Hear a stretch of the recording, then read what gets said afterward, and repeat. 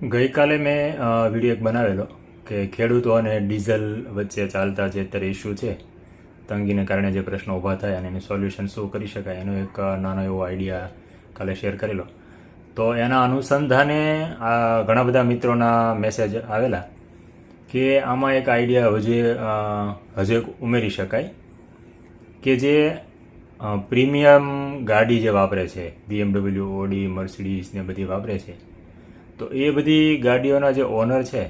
તો એમાંથી એક મિત્રે કીધું ભાઈ અમારી પાસે તો આ પ્રીમિયમ ગાડી છે, મહિને 2,000 રૂપિયા વધારે આપવા પડે તો અમને કંઈ ફેર પડે એમ નથી. તો એવું પણ કરી શકાય કે ભાઈ જે પ્રીમિયમ ગાડીવાળા છે એની પાસેથી તમે દાખલા તરીકે 150 રૂપિયાનું ડીઝલ કે પેટ્રોલ જે છે એ તમે લ્યો, અને જે આમ જનતા છે, જે ખેડૂત છે, એ લોકોને જે તે ભાવ રેગ્યુલર ચાલતો હોય સસ્તા ભાવે તમે આપો, એવું કરી શકાય. તો આની વાત કરજો એટલે મને જરા યાદ આવ્યું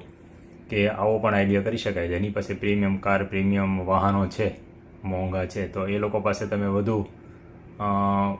ભાવ લ્યો તો એ લોકોને ફરક પડતો નથી, અને ખેડૂતો અને જે આમ જનતા છે, જે બાઇક ચાલકો છે,